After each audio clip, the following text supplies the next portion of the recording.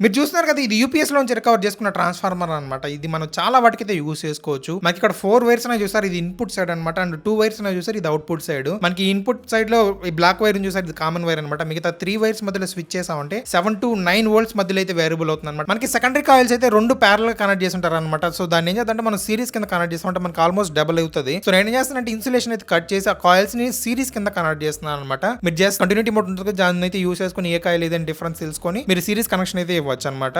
So one series connection చేసామంటే మీరు చూడొచ్చు మనకి అవుట్పుట్ వోల్టేజ్ నియర్లీ 18 వోల్ట్స్ అయితే వస్తుంది.